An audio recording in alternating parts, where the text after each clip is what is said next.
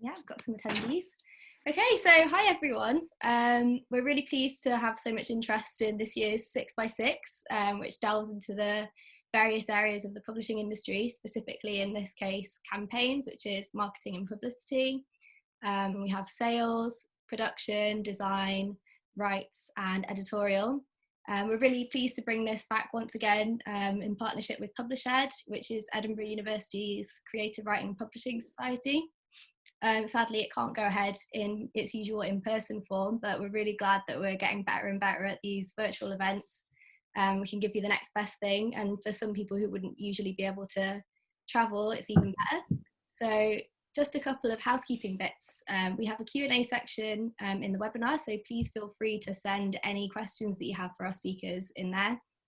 And we'll leave time for Q&A just at the end. Our speakers today are amazing. We're really pleased to have pinned all of them down for the event, and it's great that we've got a couple of familiar faces and also some newer faces, which is really nice. So speaking about campaigns, we have Ceres, who is a marketing executive at Sandstone Press, based in Inverness. And we also have Anne Landman, who is a sales representative at Edinburgh-based publisher Berlin Books, and she'll be chatting about sales. On production, we have Andrew Lindsay, who recently worked for Canongate in Edinburgh as a production assistant. And for design, we're really thrilled to have Rachel Hood, who is the art director at the Skinny magazine. Jana Moller will be talking rights, so she's the rights manager at Black and White Publishing. And last but definitely not least, we have Claire Withers, who is a managing editor at Hodder Gibson, and she'll be covering editorial. So without further ado, we'll get things kicked off. If Ceres, you could get started. Hello, I'm Ceres Jones and I am marketing executive at Sandstone Press. So I cover both the marketing and publicity function, and I essentially let people know that our books exist. So Sandstone Press is an indie publisher based in Inverness, although I'm actually based in Edinburgh. And we have an international outlook covering both fiction and non-fiction.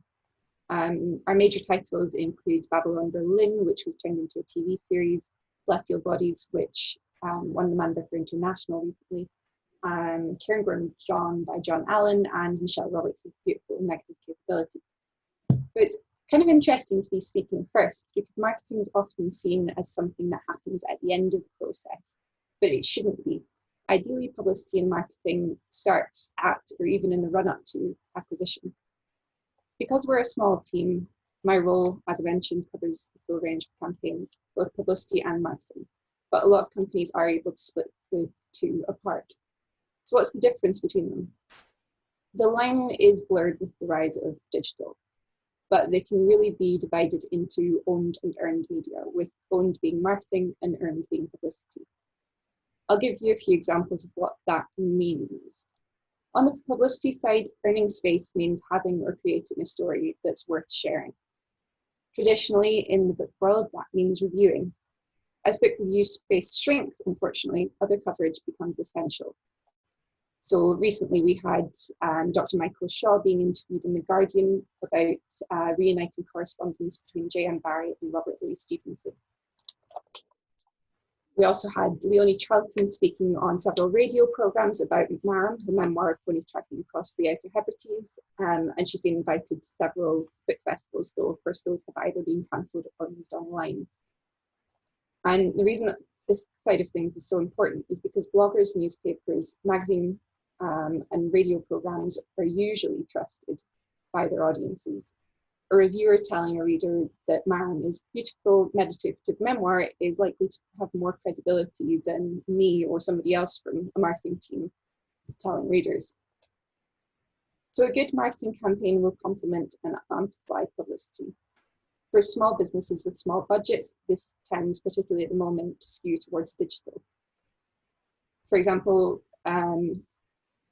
when we were working with Marram, it has an absolutely beautiful cover, so we made the most of that, paying for Instagram and Facebook ads alongside the standard organic posts.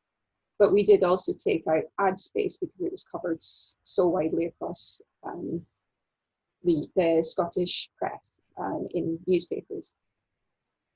We used quotes from reviews to ensure that these ads were as credible as could be, both in print and online.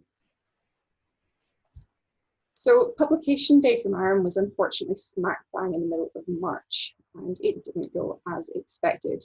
We'd planned a massive launch with Waterstones, and we partnered with local musicians and a local brewery.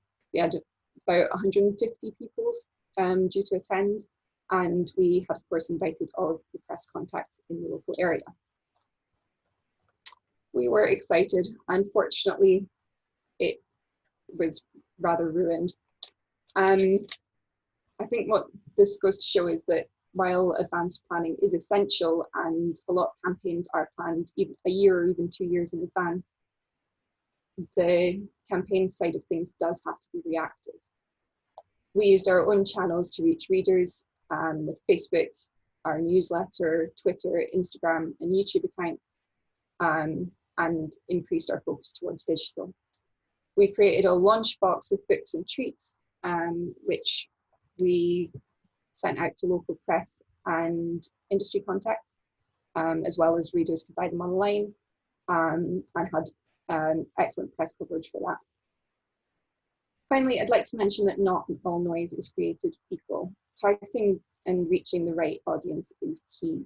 For example, when we published Michelle Roberts' new memoir, we didn't go for Cosmo Girl or GQ. We went for Women's Hour and serious papers like the Times, Guardian, and the Telegraph, because that's who her readers are. They are those papers' readers and that programme's listeners.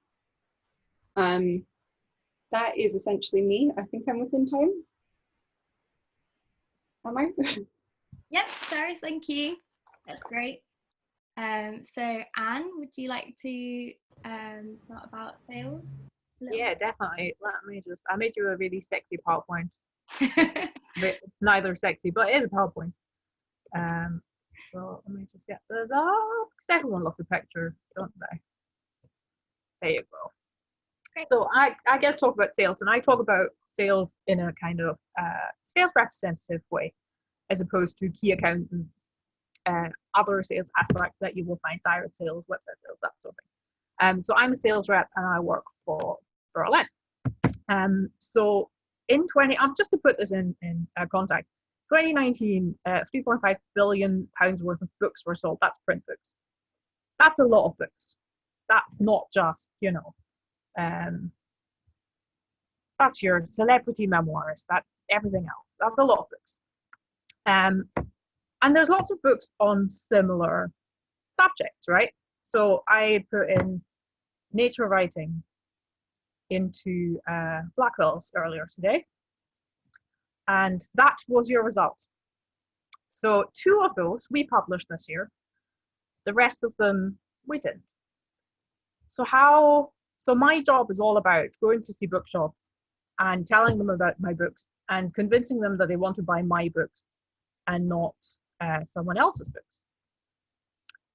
So the question is, how do I make our books and my books stand out?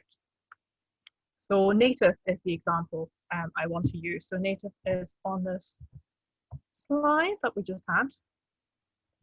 There you go. See if you can find it. Next to Antlers of Water, which is beautiful, underneath the salt path, just on the left there. Native is a book set in Galloway. It's got a stunning cover. We published it in a $14.99 hardback. Nobody really wants to read about Galloway. Most people don't know where Galloway is. But it's a beautifully written book. We had a lovely quote from James Rebank. And to sell this across Scotland was my job. So I went into bookshops and other retailers, telling them about the beautiful writing, how passionate Patrick is, how good a Twitter following he has. $14.99 is a total bargain for a hardback. It then got shortlisted for the Wainwright Prize, although it didn't win. Another book that was on the previous slide did. So if you go in to sell your books, knowledge is key. You need to be able to convince your customers that the book you're talking about is worth putting on their shelf. A lot of them don't have space to put all the books that ever published onto their shelves. For example, so these are some of my lovely customers. I don't just go to your Blackwells. I don't go to Watersons because they don't see buyers. Their system works differently. I go and see small bookshops like the Bookmark in Granton the Tyburn in Edinburgh, and they're tiny. They can only fit, 20 shelves of nature writing on their shelf. So how do I convince them that they really want my book on their shelf and not someone else's? Well, a lot about sales is about relationships. It's about knowing your customer. It's about knowing the customer of your customers. So your toppings customers in Edinburgh are very different from your Tyburn customer, are different from your Lighthouse Books customer, are different from your Portobello Bookshop customers. So if you go and see your customer, when you go and see your customer, be sure that you're aware that even within the city, the customers differ from one shop to another. So do your homework. Or Categories Books, for example, in Glasgow, are a fantastic shop. I can't go and see them because I don't have any books for their shelves, which is really frustrating, and we're working on fixing that. But they put queer LGBTQI plus books on their shelves, and we just haven't published anything that suits for them. But I'm working on fixing that, so we'll get there. And then, see, there's Aaron Active, one of my favorite customers. They're an outdoor shop. I'm not going to try and sell them literary fiction. Although Andrew, the owner, he really wants to be a bookshop. He sells a lot of crime. So know your customers when you go in, and know your list and know your books, and don't try and sell them something that they're never going to sell. Price point is another really important thing. So what does a sales rep actually do? Well, pre-COVID, this is what my life looked like.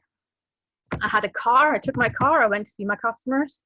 We talked about events, we talked about signings, I took away some returns or signed them off. I brought them posters, I brought them proofs. I had coffee and cake with them. We had a nice chat, I did a bit of social media. It was great. This is what my life is now. Zoom. I do all my selling through Zoom. I do digital presentations, social media, and proofs. And that relationship is still so important. But it's incredibly hard to maintain it right now because my booksellers, they're all, well, some of them aren't even open. A lot of them are doing click and collect. I certainly don't get away with phoning them because, they're really busy fulfilling online picking. So every little thing that you can do for them right now is really important. Make time to Zoom them, send them chocolate, drop off some wine, which is what I'm doing in a couple of weeks' time. Obviously within the travel restrictions of Tier 3. So sales is all about knowing your products, being passionate about your products, or at least pretending to be passionate about your products. You get away with the odd white lie. You can't love every single book that you publish, no matter what colleagues might tell you. And yeah, just kind of get to know your customer, take the time, don't treat them all the same, and enjoy what you're doing. And that is me. Out of time. There's me. Get in touch if you need to. And I'm going to come back. Da, da, da. I'm going to put my face back on as well. Thank you so much, Anne, and thank you, Sarah, as well, for being really generous with your work. So, Andrew, do you want to go on to production next? Thank you. My PowerPoint is much more underwhelming, soz. Nope, it only has a few pretty pictures. And here's, fingers crossed, I don't share it with the wrong window. Right, so yes, I was recently a production assistant at Canongate. Before that, I was a weird blend of sales, marketing, and production at Scotland Street Press. And I graduated from the MSc at Napier in 2018. So my main responsibility at Canongate, I was the production assistant for Severn House, which is a company Canongate bought a couple of years ago, and the production assistant for Blackthorn, which is the paperback crime list that Canongate started. It was only 2018. It seems like it's been around for a wee bit longer. Severn House, main thing with production, is I'm sort of the bridge between editorial and the book reaching the end, where it's going off to sales and marketing so that they can do their part of the job. So it's my job to get it from the Word file that the author has thrown at the editor at the last minute, and to get it into a physical book to all the locations it's supposed to be. Severn House, I did anywhere between about 30 odd titles a month were going off to press from there. So usually about 10 or 12 hardbacks, between 8 and 10 large print, and again between 10 and 12 trade paperbacks.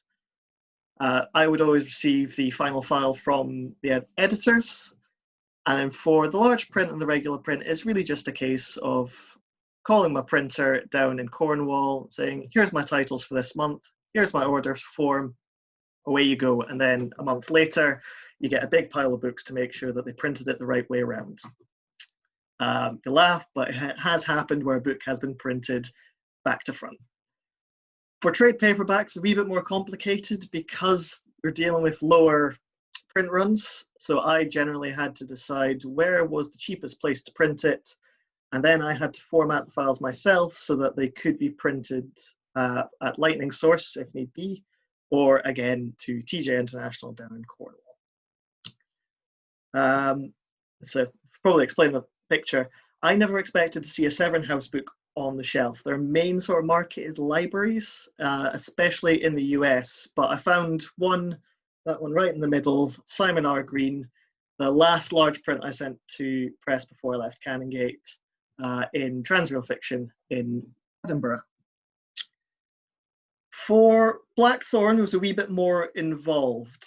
Generally, these books were sort of republications from other publishers or from Canongate's backlist.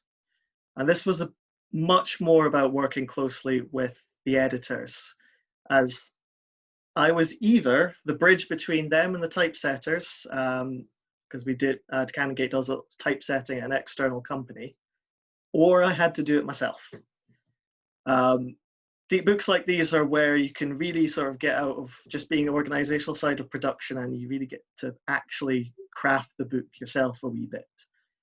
This isn't every Blackthorn title I was involved with, but these are the ones where it maybe didn't go according to plan or quite smoothly, and the ones I like to remember.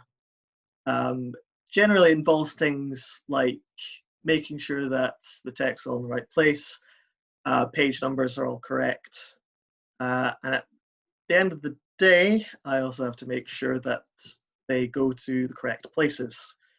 From the printer, they will get delivered to wherever they need to go. So some will have to meet a boat in Plymouth, which involves knowing your sailing schedule and exactly how long it takes a boat to get across the Atlantic. And others have to be in shots for a certain point so they can get to distributors and just get where they need to go. So the main thing about production is it is actually a lot more about being organized than actually being able to do InDesign and Photoshop. Those skills are really valuable, especially if something goes wrong at the last minute. You can dive into the InDesign file and correct that typo that everybody, including the copy editor, missed. But a normal day for me, I would have to send so many Severn House titles to print and then go back to my Blackthorns, see what covers were ready for final approval, which ones were going back to design for corrections, what text had arrived, if we'd had previous files or if we needed to edit the files, or as in some cases with Severn House text, do I need to renumber every single page by hand because we only have a PDF from a company that went out of business 3 years ago. So it can be a bit of a runaround, but for me, it's a really rewarding part of the industry because it's more, you get the physical aspect of actually making a book and knowing that the copies that you get printed, somebody's going to hold them, somebody's going to enjoy the story, and hopefully you get called back to do the paperback if you've only done the hardback. So that's sort of my sort of crash course, and I've realized I completely lost track of time. I hope I haven't waffled on too long. So yeah, that is me. And oh, that's the wrong button. I can't figure out to stop sharing the screen. There we go. Thank you, Andrew. That was great. Yeah, thank you. Production is definitely an area that I think not enough people know enough about. So thank you for sharing. And then I think we've got next Rachel with design. So go ahead. Thank you. I'm going to share my screen as well. I've approached this quite differently, but hopefully it'll be interesting all the same. So let me try and share my screen.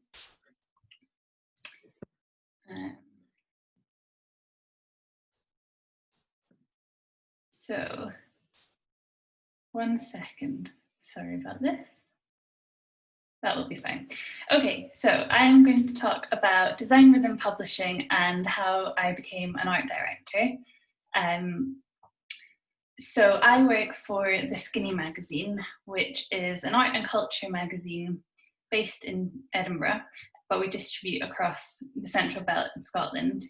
And I'm going to come back to this at the end because I want to start from the very beginning.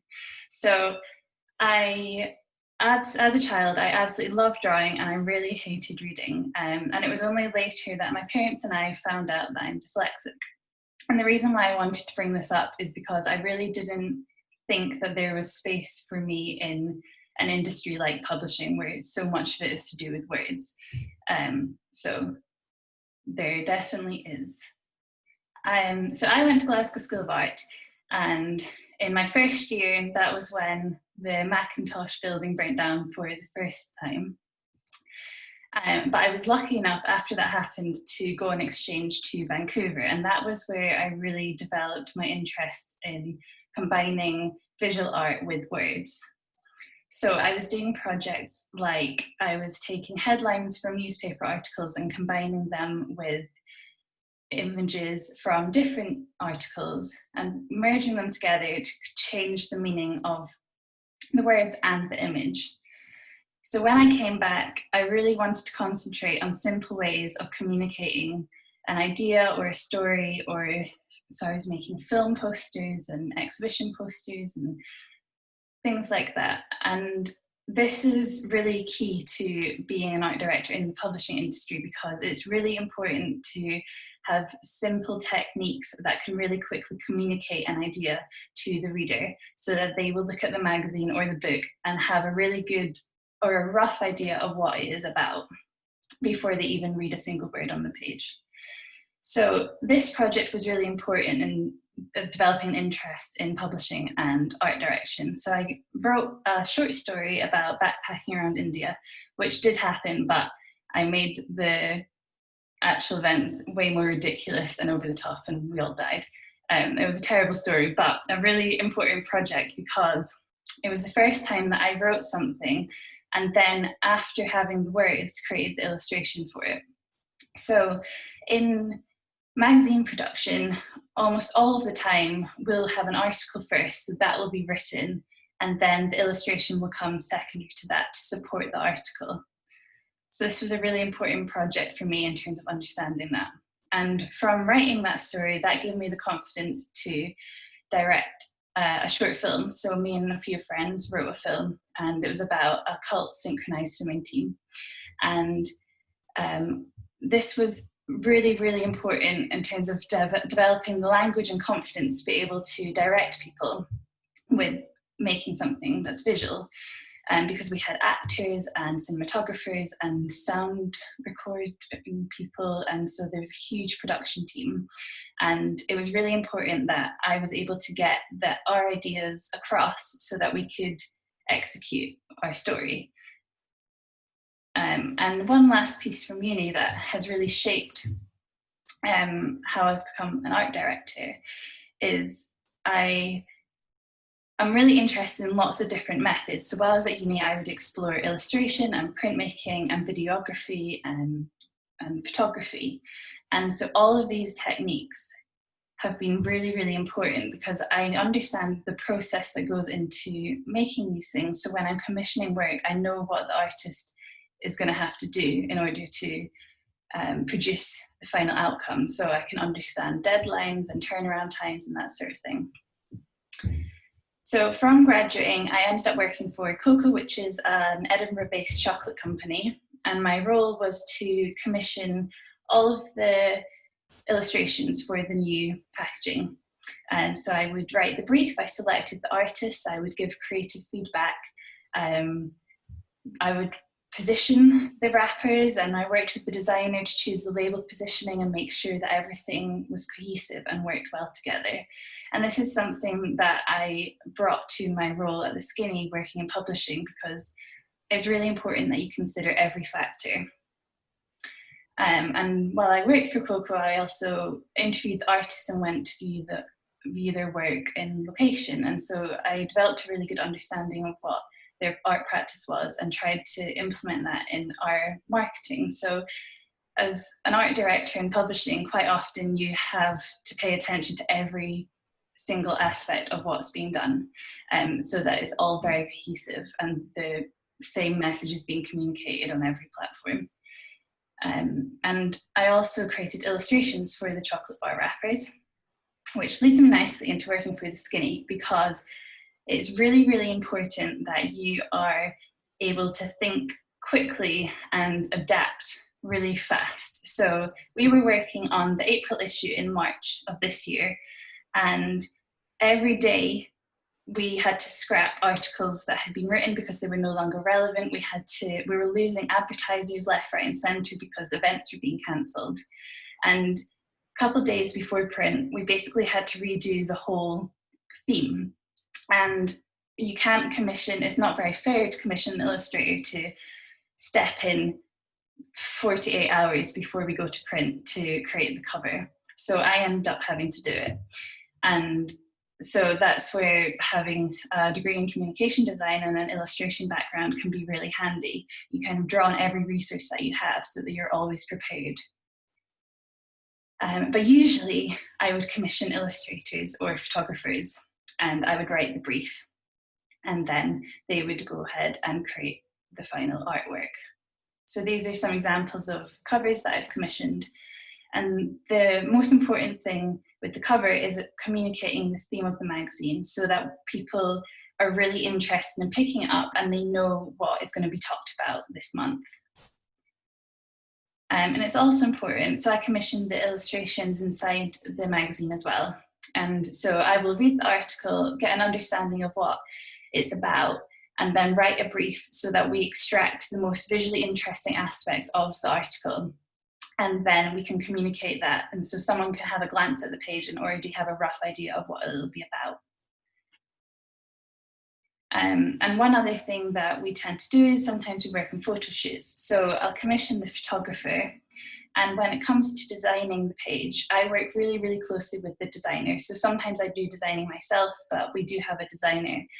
And this was an event that we collaborated on. And it was at a skate park, and it was really, really fun. And there was lots of drinking, even though there shouldn't have been because it was a skate park.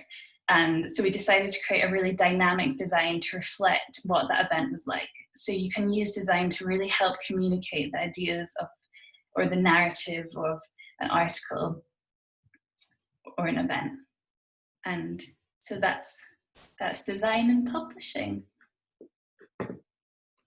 Thank you so much, Rachel. That was really interesting. I love the Skinny, and I'm so glad that you survived through the crowdfunder earlier this year. Me too. Yeah, that was great. Thank you so much.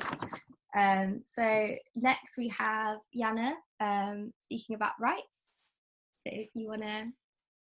Sure. Hello, I'm Jana Muller. I am the rights manager at Black and White Publishing. Just very quickly to give you an idea, we publish mainly commercial fiction and non-fiction, some young adult, and also we have a children's book list. Our children's books they're all in Scots, and they are actually translations as well, but I don't sell them. But it's important to know that we do translations both ways. Basically, my job is to try and sell translation rights for all the books that we publish and have the rights for, and also audio rights and large print rights. Sometimes we also have film and television and dramatic rights in general.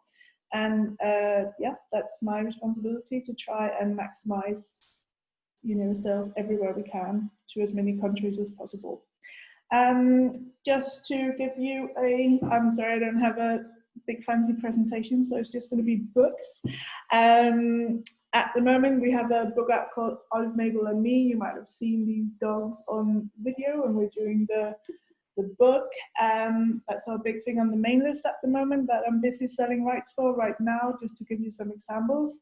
And another big rights success we've had is with a young adult author called Estelle Mascom, who started out with this trilogy when she was 16 years old and is now sold in 19 countries.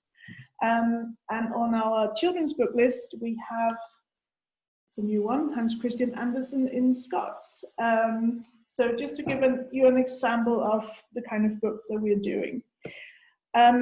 My job is basically to know as many people around the world, as many editors as possible, and to try to persuade them to read and buy translation rights for our books. In order to do that, it's a big world, and I get a bit of help in some territories. Basically, you divide the world into territories, mainly countries. And in some countries, I sell directly to editors, and in other countries, I work with what we call sub-agents, and that means I work with an agent or an agency on the ground who represent our books and sell translation rights for us and get a commission.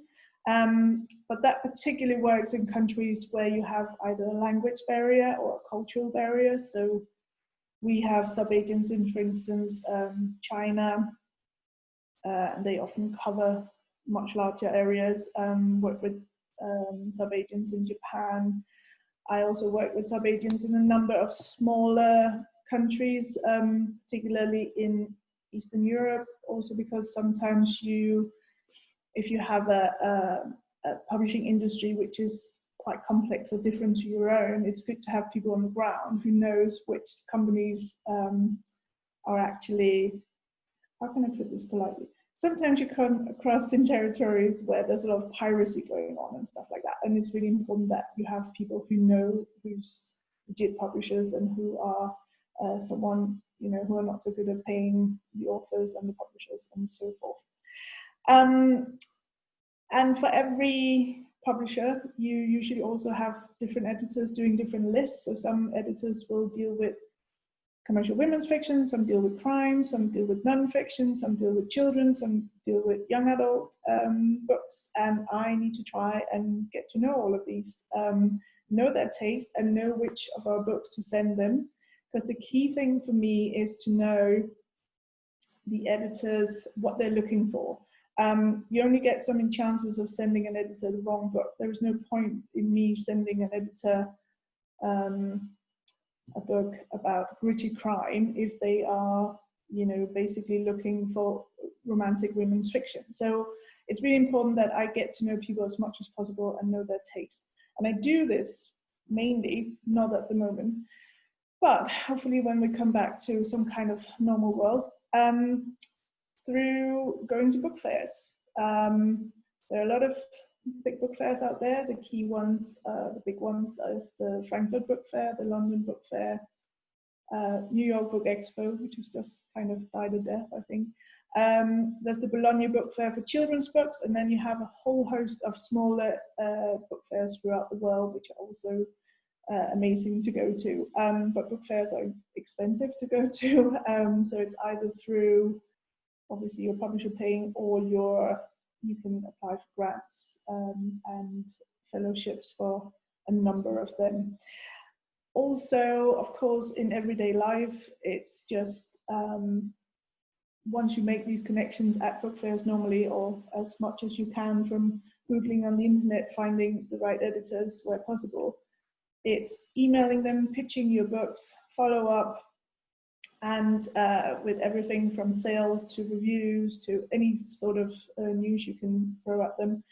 And if you are lucky, hopefully, you will eventually get an offer for books. And then, of course, once you have an offer, if you're lucky, lots of people are offering at the same time. You can either go into an auction or what we call best offer. There are various ways of handling this. And then once that's all sorted and the book is sold, you also handle contracts and make sure all the payments are coming through. You get royalties, royalty statements every year and so forth. So there's obviously a lot of admin involved in this as well. But overall, it is really about knowing a lot of people. So it's quite preferable if you're someone who likes to network, to socialize. And I would say, especially if you're from a smaller publisher and your books not necessarily, when you're at book fairs, for instance, you often have up to 50 meetings in 3 days. And these poor editors come home and have, you know, they're going to receive 300 books plus. And in order for your book to stand out, sometimes you also have to stand out a bit. So it is quite important that you are a people person and that you love to chat, both about books, but also just sort of be personable. I think I'm running out of time. And of course, I should say at the moment with the Corona situation we're all in, all the book fairs this year have been virtual. And I think also it becomes more and more just normal now for people to connect through Zoom rather than only through emails, and that's probably a very good thing. So even more connection. But book fairs, really, I can't wait to get back to them being a thing again, because nothing replicates or sort of does it better than sitting down with someone and having a chat face to face. Yeah, everything else, please come back with questions as you go. Thank you, Jana. That was really interesting. I feel like rights can be a bit of a mystery, so I feel like it's getting a well-kept secret. We try to keep it secret because it's the best job in the world. So. Thank you. So if Claire, if you want to go next, talking about all things editorial. Sure. I'm going to say those words. I'm just going to share my screen. The words that we've all been saying for months now. Yeah, hopefully. Yes, there we go. Okay. Hi, I'm Claire. I'm the managing editor at Hodder Gibson, and thank you so much for inviting me to speak about all things editorial. A little bit about me. I came to publishing a little bit later on than I think a lot of folk do. I've only worked in publishing for 3 years, just over 2 years with Gibson. I also did my MSc in publishing at Edinburgh Napier, same as Andrew, in 2017-18. And before that was a secondary English teacher for many long years. And I like to think of it as, you know, it's never too late to find a career that you love. I think I sort of represent that. A bit about Gibson then. So we're Scotland's leading educational publisher, producing textbooks, digital resources, revision guides for Scottish schools, primarily secondary schools, although we do have a primary maths imprint, TJ, so the little cute primary one book with robots on, that's our primary stuff. And then we also produce stuff for FE colleges as well, so the care and practice title goes all the way up to HNC, HND level at college. I've worked on a range of these, each of them presenting their own challenges.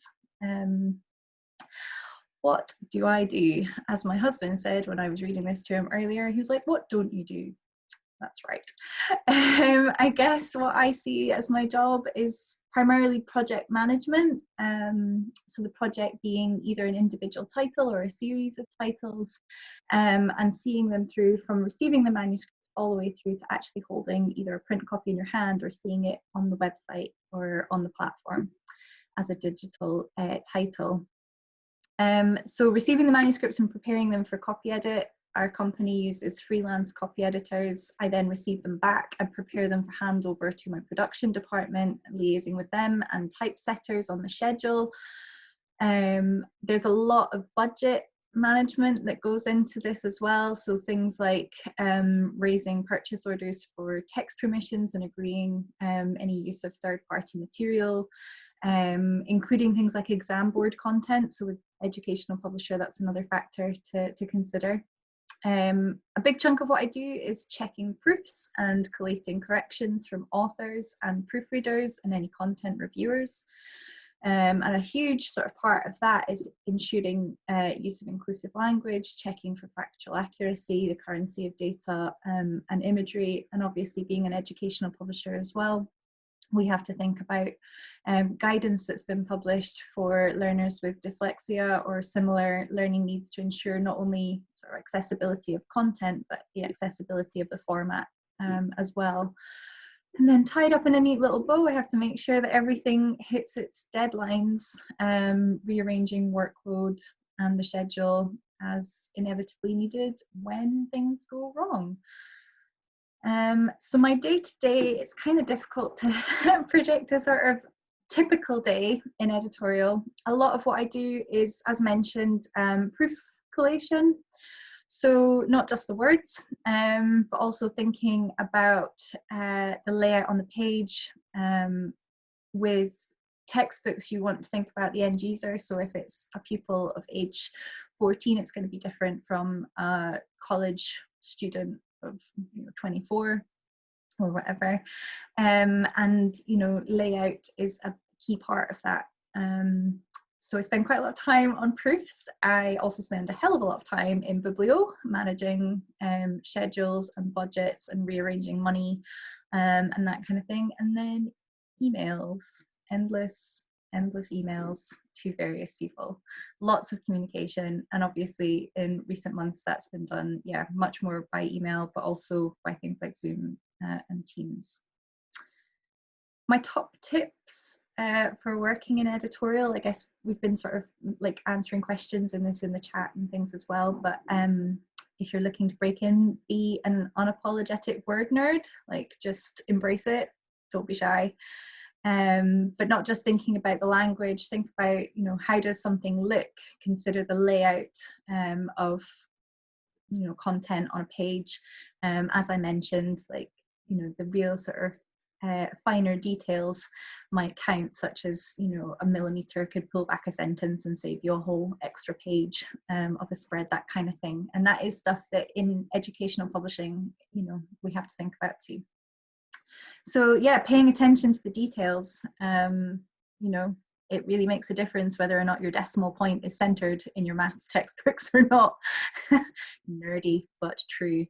And there's no such thing as being too organized if you're looking at breaking into editorial. I make lists for everything. I use my calendar in Outlook. I also have lots of Excel spreadsheets. It's a sort of love-hate relationship, but getting to know Excel is, key. When applying for editorial roles, triple check your application for errors. If you say you have a keen eye for detail, make sure it's I for detail, not AYE, which I have had in an application. And get somebody to read your application. We have external proofreaders for a reason. It always helps to have a second pair of eyes on things. So get someone to check it for you. And then practice and hone your skills. I mean, it's, you can read other people's work, you can check other people's stuff, you can take copy editing tests online. All of these will help, and just read things. Thank you very much, and thank you to SYP for inviting me. There's my email if you want to follow up with any questions, and I'm also on Twitter. Thanks. Thank you, Claire. That was great. It's really interesting to hear from someone who's not come straight into publishing. You had a different career so that's always a unique perspective to have. So I think we'll go into some questions now, if that's okay. I know you guys have been answering some questions as this has gone along, but we've got a couple. Someone called Emma Rivers said, not actually a question, but she just wanted to say thanks for holding such a great online event, especially for disabled students such as herself. That's really great to hear, and I'm really glad that we're able to do online events that everyone can access. That's always nice to hear, so thank you. Grace has asked Ceres, what's the most interesting marketing campaign you've been involved in? I've been thinking about that for about 40 minutes now, and I'm genuinely not sure. I think it's been different aspects of lots of different campaigns that I've loved, and that's actually what I love about my job, is that every campaign is different. I mean, obviously, I love the events, I love the in-person stuff. Was really excited for our Marram launch at the brewery with the musicians, and that sort of thing is always fun to take part in. But it's also really, really exciting when you get the right article for the right publication, and see that in print in a newspaper or a magazine. So I don't think that really answers your question, but I'm also not sure how to answer it better than that. Yeah, that sounds good. Another question actually for Andrew. Does production do anything about budgets in making the book? For example, cover effects? Yes, it's not something I personally did, but I got to look over the shoulder of one of my managers during the early parts. At least as far as Canongate went, during the acquisitions process, when an editor comes up and says, "Hey, look, I really want to buy this book. Can we publish it, please?" Sales and campaigns will go away and do their, well, how would we sell this book to people? And production will go away. Okay, if we can sell this many copies with this many pages, it'll cost us this much, so you can have these shiny effects on the cover. And if you can figure out sort of what, this goes down to what kind of paper it's going to be printed on, where it's going to be printed, and therefore shipping from that printer to where it needs to be. Any effects, like if it's sprayed edges, embossing, spot UV, which is the shiny bit, for anybody who doesn't know, or gold foil. We all love a bit of gold foil. That can all be broken down into basically how much money will we make on this book. So production does have that role. That's great, thank you, Andrew. There's another question for anyone actually, so if anyone wants to answer this one. Have any of you worked across different areas of publishing, for example, in a hybrid role or moving into another department? If so, what would be your advice for transferable skill building? So if anyone wants to have a go at that one. Yeah, Andrew? I'll go for this one. So as I mentioned at the start of my role at Scotland Street Press, the job ad said sales and marketing. And I really got my fingers into a bit of everything, but particularly I picked up some of the production stuff. For somebody who just started with some of the most difficult books that were published, because they're the image heavy ones. So sort of advice for that and other experience, be open to sort of what you can pick up. If you're starting out in a role, and if in the future, please, we can get back to working in offices and seeing real human beings, just listen about to your colleagues, what they're doing, and see what they can pick up, or just ask, oh, so how does that work? But for more than just working into roles, don't think everything you do has to be in publishing for that experience. Look beyond it. Any office job will give you skills you need, sort of organizational skills, and all that communication skills for working in publishing.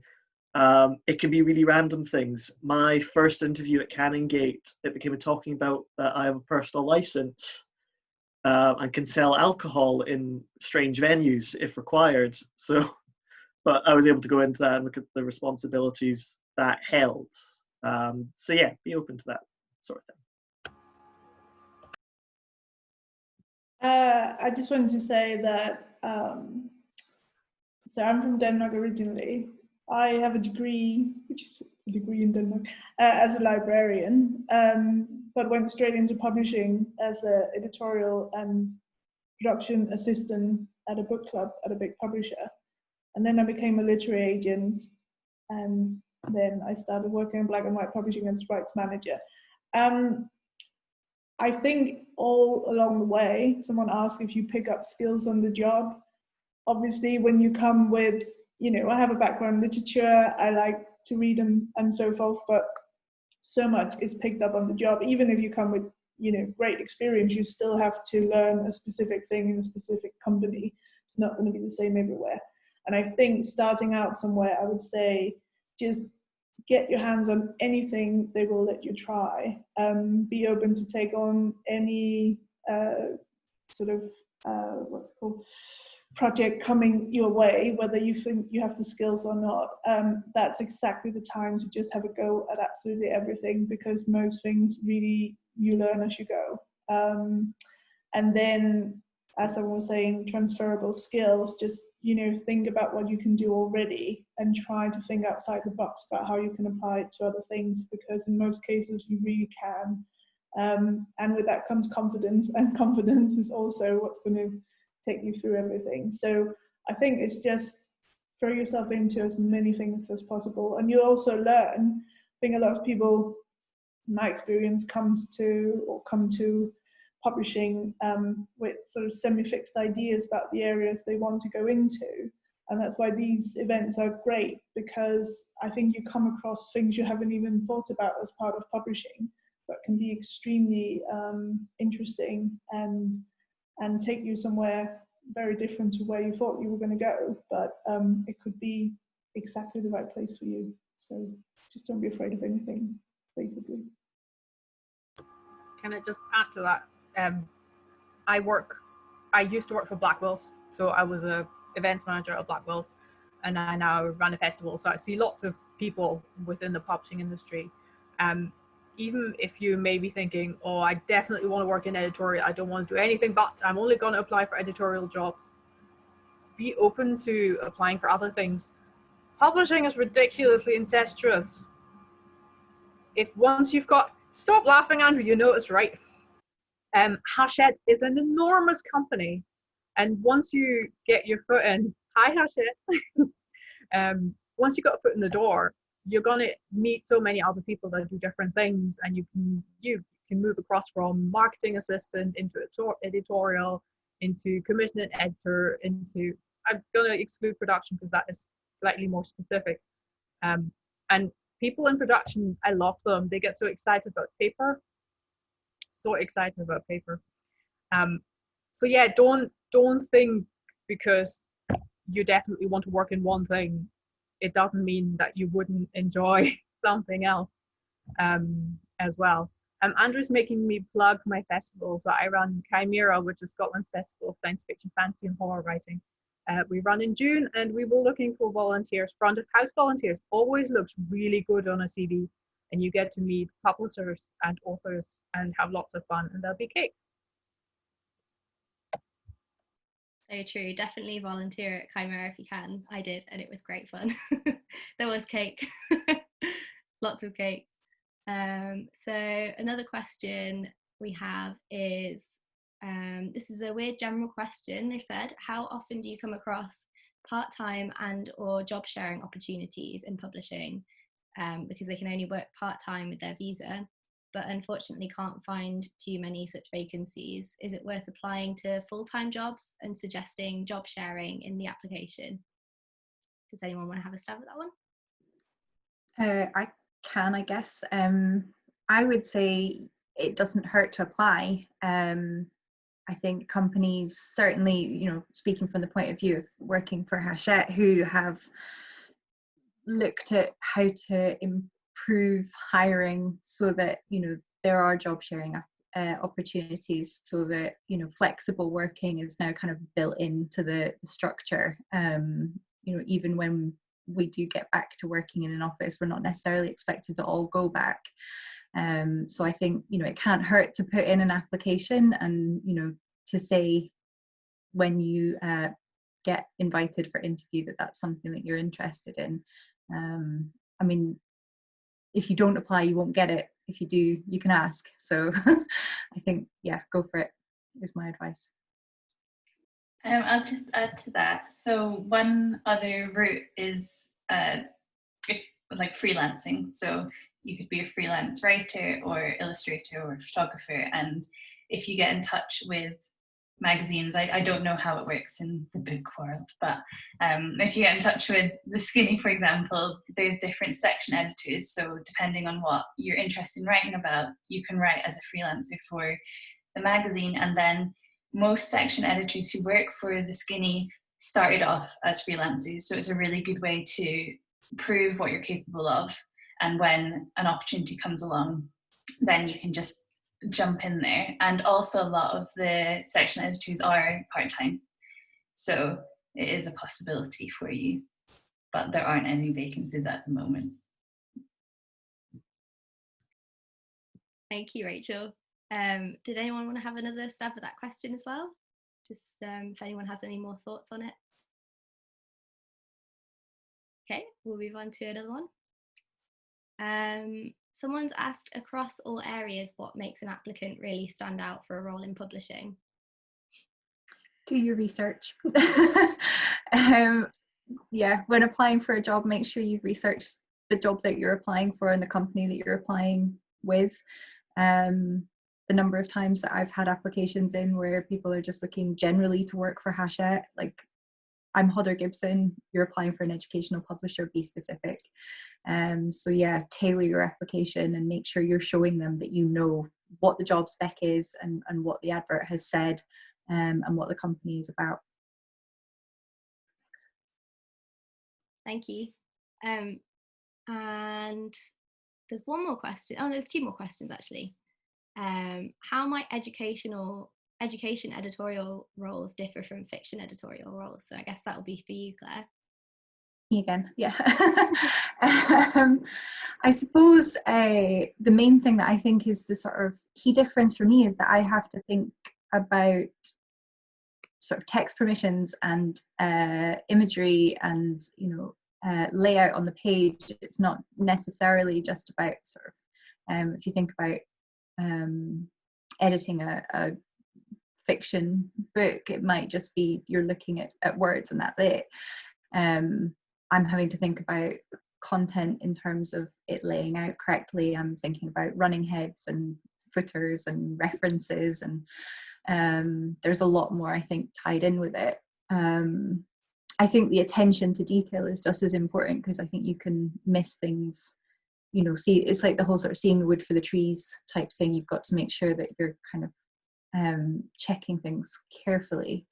But I think educational publishing gives you a little bit of the sort of production, maybe typesetting side of things, and also certainly a little bit of the design things as well, which can be quite fun. Because if you're thinking about, you know, oh, this is for a primary school kid, I want it to be nice and colourful and really like cute pictures and lovely font. Like it's a fun thing to have to consider as well.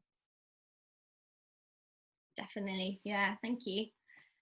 And then one more question, and I guess this would probably be for Saris, but anyone who it applies to as well. What would be a good introductory position when wanting to go into marketing? Oh my goodness, I wish I had bookselling experience. I really, really wish that I'd had a chance to work in a bookshop. But I think that goes for any publishing role. You benefit hugely from having that experience. Me personally, I had an internship at HarperCollins for 3 or 4 months doing business development, which was a great intro point. Then there's obviously the kind of standard marketing internships, marketing assistant type jobs. Anything with marketing or publicity in the title would be my kind of go-to recommendations for what to apply to. But bookselling, if you can get bookselling, that's excellent. Hi, Anne. Sorry, 13 years of bookselling. I've got a publishing degree. I've got a publishing undergrad degree, and I ended up in bookselling because I needed a job. And I stayed for 13 years because I had some, admittedly 9 of those were as events manager. But bookselling is where the book meets its reader. It's where the results of those years of publishing culminate. And if you have seen that, and if you understand that, you already know so much. And if it's just volunteering in the Oxfam bookshop, I know it wouldn't be quite the same as working in a proper bookshop, but even that will make such a difference. At least you'll know what an ISBN is. I'm not kidding. There's people that don't know what it is. Anyway. Yeah, I volunteered in a charity bookshop, the Shelter Bookshop near me in Edinburgh, and that was great to have on my CV. I think it really helped a little bit to get that step further. So I think anything that you can do that is close to that will always be helpful. Just trying to think if we've got any more questions. Do you want to have a look? Can I say something on that yeah. as well? Just to echo for anybody who is thinking, oh, maybe I want to get some book sale experience before publishing now. It doesn't have to be forever. There's lots of bookshops do temporary contracts. I'm a Blackwell's veteran as well, although I only did one summer doing the back to school and back to uni period. But hopefully when the world gets back to some form of normal, there'll be temporary Christmas contracts, places. So yeah, that's another route if you don't want to possibly end up like Anne. Though there's worse things you could end up. Oh, thanks. Thanks, Andrew. It ended in a compliment. See if I hire you ever again for any other jobs. A great one, no. If it comes back, hopefully, fingers crossed. Oh God, please don't let it be another festival without the book festival. The book festival front of house and bookshop jobs are the best ones you can possibly. I mean, you lose all this because you're going to spend it in the damp garden in Edinburgh, but it's hands down the best 3 summers I've ever had. It's so much fun. So highly recommend working for the book festival, and they pay you to be around books and stuff. So I think that's probably brought us to the end of the 6x6, but thank you all so much for attending the event. It's been really amazing to hear from all of our panelists, and thank you all for participating and giving your time to go through your publishing lives with us. So we just have a couple of things to add. So if you liked the event, please like us, the Society of Young Publishers, on Twitter and on Facebook. If you really loved it, there's going to be a recording going up on our YouTube channel, so you can watch it over and over and over again if you really want. And also be sure to check out PublishED if you're a student looking to get into publishing. We'll also be doing an SYP chat on Twitter very soon, and we've got an exciting announcement coming up about our conference coming up very soon. Our conference is going to be next year. I hope that you've learned more about the different areas of publishing that are open to you, because there's so many options out there, and if there's any that you felt like you didn't know that much about that you know more about now, then maybe consider it as an option as a career. So thank you so much again, and that's the end of the 6x6. Enjoy the rest of your evenings. Thanks so much. Thank you. Take care. Bye. Thank you. Bye. Hello.